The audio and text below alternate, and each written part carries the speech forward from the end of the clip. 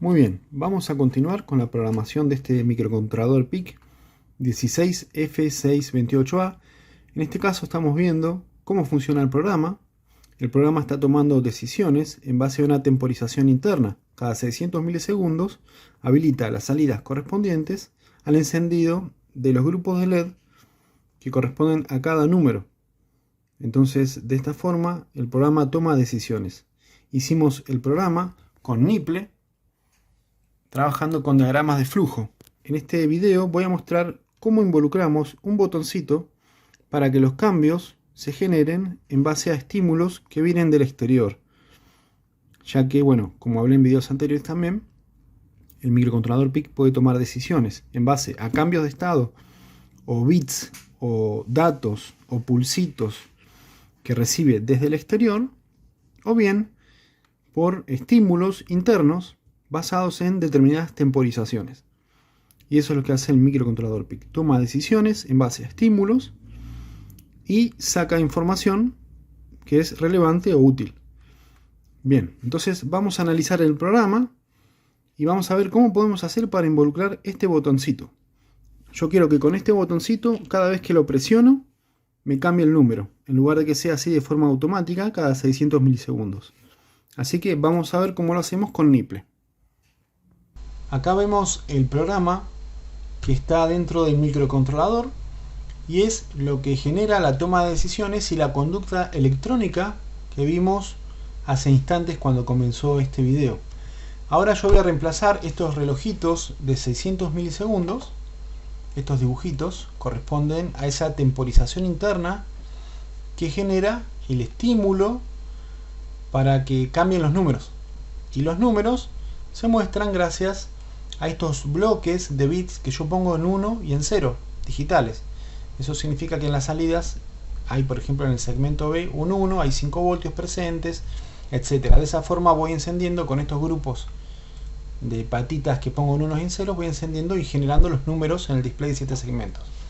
Ahora voy a reemplazar estos temporizadores por la lectura de un botoncito.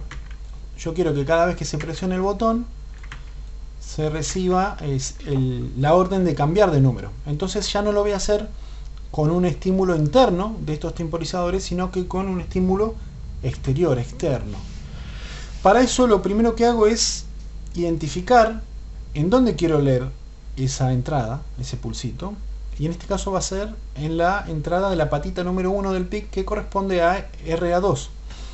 A2 es el nombre del bit que pertenece a este grupo de bits que se le llama puerto, el puerto A. Está compuesto por un grupo de bits.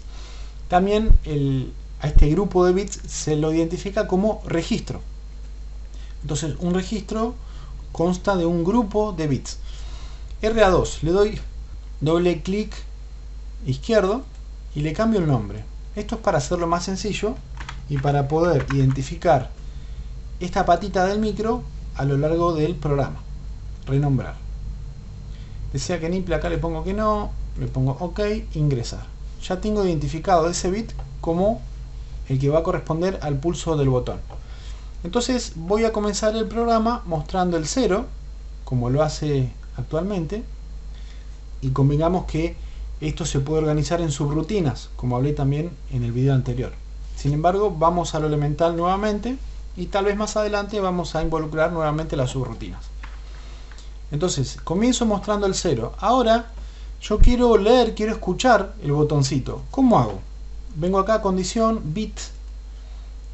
Estoy parado sobre el último dibujito con el que trabajé o en donde quiero que el programa continúe. Acá muestro el 0 y ahora quiero escuchar al botoncito. Entonces vengo acá a condición, bit, y quiero evaluar ese bit. En este caso, bit me refiero a esa patita. Porque fíjate que hay un montón de bits que corresponden tal vez a otros registros o a otros puertos. Los bits no son solamente las patitas, sino que corresponden a unidades que pertenecen a otros grupos, a otros registros que no son físicos como las patitas, sino que son registros internos que están dentro de la memoria del microcontrolador. Hay registros con bits, cada registro, hay registros de control que tienen sus determinados bits. Así se organiza el microcontrolador internamente, y externamente también las patitas se identifican como bits y como puertos o registros.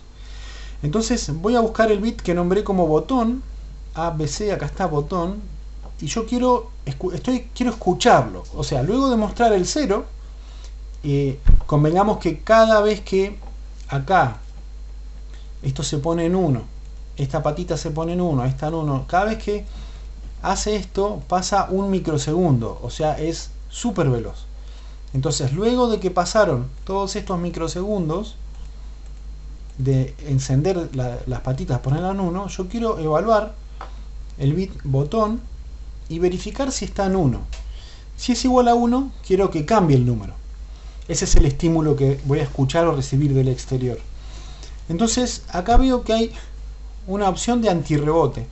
Ese antirrebote tiene que ver con lo siguiente. Dejo cerca de este video un link a otro video en donde hablo de los botones. Hablo de este tipo de filtrado y también de lo que significa esto de esperar para soltar el pulsador. De todas formas, te lo voy a mencionar velozmente.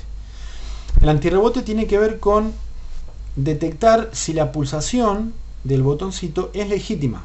Entonces, por ejemplo, yo acá le voy a poner antirrebote 60 milisegundos. Eso también es configurable. Esto significa que si en menos de 60 milisegundos los 5 voltios dejan de existir en la entrada, el pulso se descarta. Esto tiene que ver con que a veces se recibe información basura, errática, transitorios o informaciones o datos o pulsos o ruidos eléctricos que son despreciables, que no son un pulso legítimo.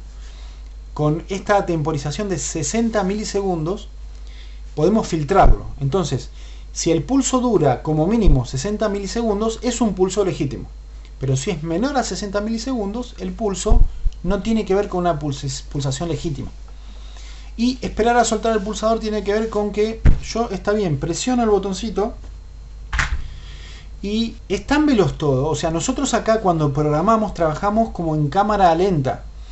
Sin embargo, esto pasa muy veloz. Recién hablé de microsegundos, así que imagínate, es muy veloz.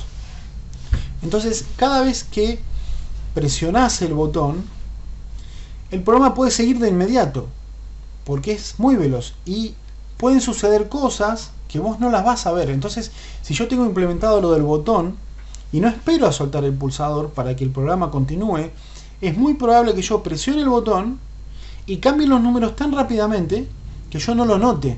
Entonces, probablemente presiono, suelto y aparece un 7. ¿Por qué? Porque en cámara lenta, si yo lo analizo y no tengo esta función implementada, al presionar el botón se produjo el cambio de número, se leyó nuevamente el botón y se produjo nuevamente el cambio de número, y lo hizo varias veces. Y yo no me di cuenta. Y digo, bueno, está funcionando mal, pero no, está funcionando bien. Lo que pasa es que es tan veloz que yo no noto la lectura repetitiva y el cambio de números. Por eso es que yo voy a dejar esto tildado, el antirrebote, en 60 milisegundos para filtrar ruidos aleatorios, y voy a esperar a soltar el pulsador. Te recuerdo que esto lo expliqué en un video más elemental o más detallado, y voy a dejar el link acá cerca de este video. Entonces, de esta forma yo evalúo si el botón está presionado. Si el botón está presionado y esa pulsación dura más de 60 milisegundos, la entrada digital está en 5 voltios por más, como mínimo 60 milisegundos, significa que es un pulso legítimo. Y voy a esperar a soltar el pulsador para continuar con lo que sigue. Lo dejo de este modo. Si esto es legítimo, quiero que se produzca el cambio de número, entonces sigo hacia el número 1. Si no, voy a seguir mostrando, por ejemplo, el número 0. Otra alternativa, porque acá ¿qué hace el programa? Viene y genera nuevamente las salidas que corresponden al número 0. Pero otra cosa que podemos hacer es lo siguiente. Si no pongo una etiqueta, puedo poner una etiqueta así como puse inicio. Puedo poner acá una etiqueta con otro nombre y hacer que esto, en lugar de volver hacia arriba, hacia acá, vuelva a esa etiqueta. Pero no, lo que hago es esto. Pongo un NOP una instrucción. Acá vengo arriba a la derecha, tipo control, le voy a poner un NOP.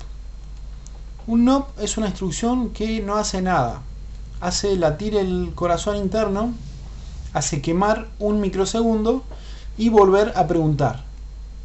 Entonces acá esto va a estar preguntando permanentemente, cada un microsegundo va a estar escuchando esa entrada. Entonces el programa inicia, muestra un 0 y se queda en este ciclo repetitivo, escuchando cada un microsegundo.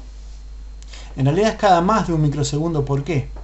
Porque está bien, un microsegundo consume el NOP, pero recordemos que acá estamos consumiendo más de un microsegundo, porque tenemos 60 milisegundos de verificación. O sea, cada bloquecito, cada cosa, cada dibujito de estos, cada instrucción o comando, puede consumir más de un microsegundo.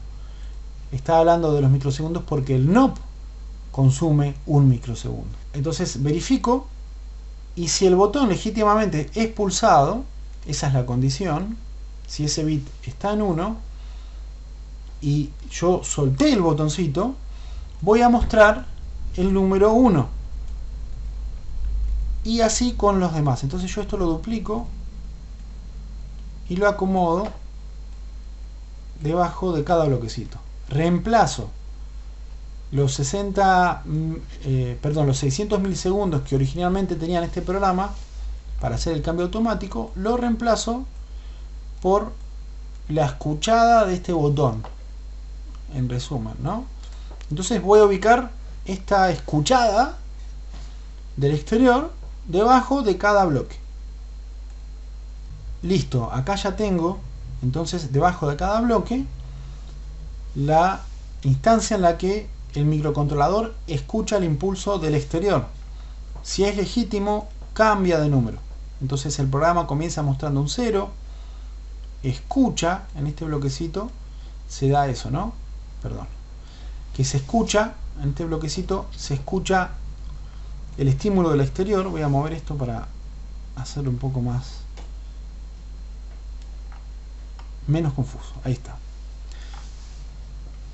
En este bloquecito entonces se escucha que es un pulso legítimo del exterior, que alguien presionó el botoncito y que soltó. Una vez que soltó, el pulso efectivamente existió, se dio el sí, porque fíjate que este dibujito tiene un sí y un no. Si se da eso, sigue hacia abajo o hacia la flechita del sí, y si no, sigue para el otro lado. Es como una derivación que hay. Entonces, si se dio esa condición, ejecuta estos comandos para poner en unos y en ceros las salidas y generar el número 1, y luego se queda acá dando vueltas o en un ciclo infinito esperando o escuchando esa entrada que la identificamos como botón. Y así cambio la conducta basada en una temporización o en estímulos interiores por la conducta determinada por un estímulo exterior. Y acá, cuando termino en el 9, vengo acá a etiquetas y saltar a etiqueta, perdón. Bien, acá no estamos trabajando con subrutinas. Recordemos que esto lo podemos meter en subrutinas y hacer un programa un poco más profesional. Y listo, ya lo tenemos perfectamente como esperaba. Y ahora vamos a ver cómo funciona con el botoncito. Para eso vamos a programar el micro. Voy a generar el assembler. Acá hay un error. Acá no vinculé a esto. Estas son cosas que pasan, son pavadas.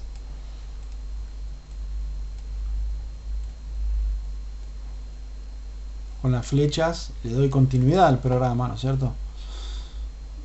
Bien. Y fíjate que si Nipple detecta que algo no está conectado, o falta, o hay algún error, justamente hace esto, no hace lo propio. Salta un error y te dice cuál es ese error. Bien, ya está corregido. Ahora le doy nuevamente a generar assembler. Nipple, en base a estos dibujitos, genera assembler. Y ahora voy a programar el PIC y vamos a ver cómo funciona. Ahí generó el hexadecimal, listo. Vamos a programar el PIC y ver cómo funciona. Acá tengo los archivos generados por Nipple. El que yo voy a utilizar ahora para grabar el PIC es este, ¿no? Lo demás no lo voy a utilizar, los borro. Tal vez no es recomendable borrar todo como hago yo, pero no importa. Yo lo hago de esta forma. Los únicos que me sirven son el assembler que generó Nipple. Bueno, Nipple se ve que como lo tengo abierto, está generando de forma automática ese archivo temporal. Entonces lo dejo, no importa. Los que más me sirven son el assembler, el archivo de proyecto y el hexadecimal. Una vez que tengo el hexa compilado, generado, vengo al programador. Acá tengo al microcontrolador en el programador y le voy a dar a programar.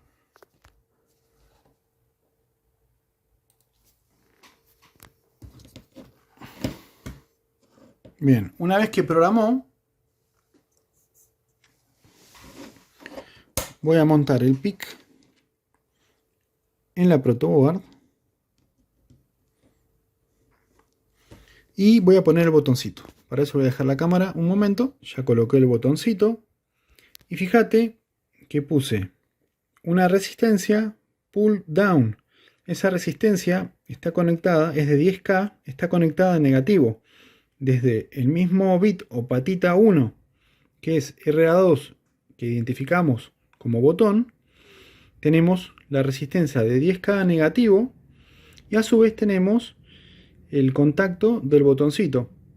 De la otra punta del botoncito, de la otra punta de este interruptor, que es el pulsador, digamos, tenemos los 5 voltios. Entonces, cada vez que presiono el botón,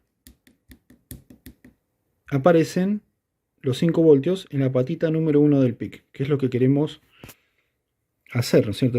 Queremos meter ese estímulo para que el PIC tome la decisión de cambiar de número. Tenemos que siempre utilizar estas resistencias, ya sean pull down, en este caso porque voy a recibir una entrada positiva, o pull up si es que voy a recibir un 0 en lugar de un 1. Vamos a probar a ver cómo funciona. Y ahí quedó en 0, ¿por qué? Porque está esperando el estímulo. Voy a presionar el botón y ahí vemos cómo cambia y cómo reacciona el PIC a los estímulos que provienen del exterior. Esto es lo que hace el programa que hicimos recién con Nipple. En lugar de tener 600 milisegundos para que se ejecute el cambio de forma automática, estamos teniendo una lectura externa de ese botoncito. Y fíjate que el cambio no se genera hasta que no suelto. Yo presiono, estoy presionando, suelto, y ahí es cuando continúa. Luego vamos a involucrar más dígitos y vamos a ver qué otras cosas podemos hacer. Y en ese recorrido vamos a aprender y a repasar sobre cómo programar los microcontroladores PIC y cómo trabajar con Nipple.